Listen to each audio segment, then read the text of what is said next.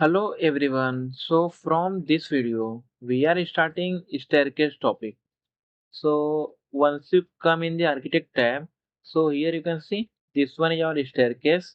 So I will click on the staircase. Once I click on the staircase, see here is the modification tools for the staircase are open, right? So you can see this one is our property palette, right?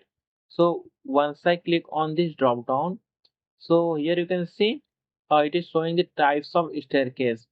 First one is assemble staircase. Second one is cast in place stair, and this one is your third one, precast stair. So what are these? Basically assemble, cast in place, and precast. First we will see that in this video. So we will understand this from the Autodesk website only.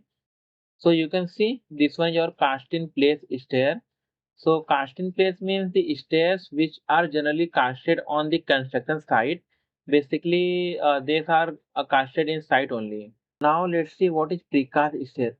Precast stairs means the you cast the staircase somewhere else and you bring the staircase on your side and you just connect the element of the staircase.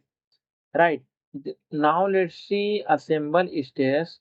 So mode of construction of assemble stair is not RCC. It can be either wood or structural steel.